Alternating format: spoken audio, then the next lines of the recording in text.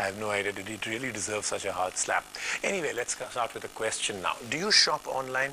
Do you know where all the great stuff is, the best bargains? But do you also know what dangers lurk when you shop online? A study from cybersecurity firms now show that Indian internet users are increasingly logging on to do business transactions and are not just using the net for emailing and networking. But they also fear that Indian users' lack of knowledge about the hazards of online business makes them particularly vulnerable to cheats and frauds. Indian internet users are getting savvier by the day. Today, Indians go online not just for emailing, but many also conduct business online. Consider this, according to the online security industry, the Indian internet users conducting business online grew from 1% in 2004 to 7% in 2008. This could be an encouraging trend, but are Indians really aware of online frauds, and do they even care? The levels and the methods of online fraud and stealing have become supremely sophisticated. Security industry says most of us don't. Online security provider VeriSign says 83% of Indian internet users do not care if the website they are on is safe and need to learn more about tools to fight them. More and more users are shopping online, banking online, and networking online, and remain vulnerable to hacking and stealing. Online security industries claim they can protect netizens if users subscribe to their authentication services, including VIP security codes that change every 30 seconds. This is over and above a username and password. All you do is sign up, and then you can use this dynamic password on a number of sites and services. But is this too complex for the users? Are these scare tactics? Is this just another way of frightening the user into more commercial usage of services?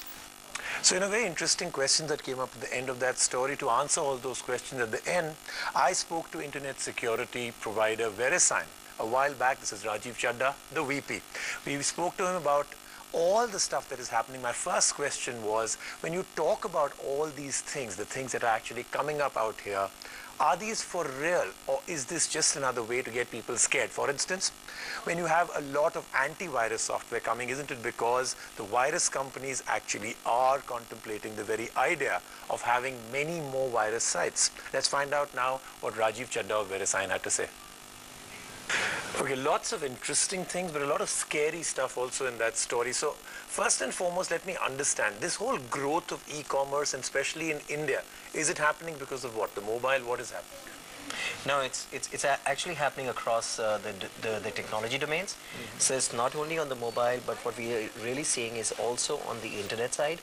Mm-hmm. And that's where, if you really see the latest findings of the survey, mm-hmm. It shows very clearly what are those advantages which are coming. So let's understand the second part of it. So great statistics in this report, fantastic findings, but what do you say to those people who have this whole contrarian view that it's the same industry as the antivirus industry?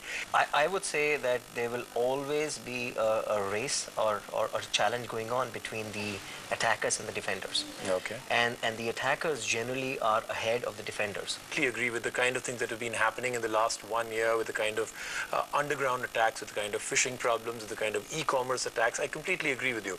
But here's another thought. And I'm speaking purely as a user. I already find the whole idea of e-commerce. Not really, because if you really see that when you are getting into a particular transaction, what needs to be very careful about is the data which you are entering, which is your credit card information, your credit card number, your CVV number, and the expiry date. That is something which should not be visible to a naked eye.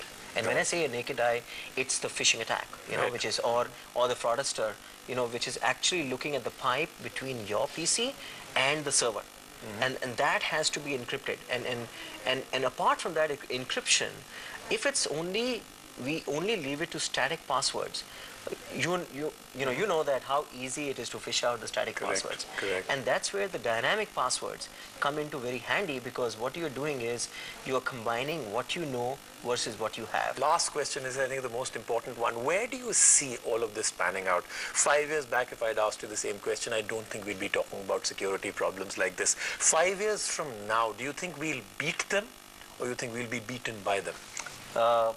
I personally feel we're going to beat them. Okay. Yeah, because if you really see the last year's statistics, just purely US statistics, they were close to about 9.9 million fraud in terms of the identities. Okay. And on an average, about $5,000 was lost each identity fraud which took place. Wow, okay. So if you really see from that perspective, every 3 seconds there is an identity fraud which is taking place somewhere in the world.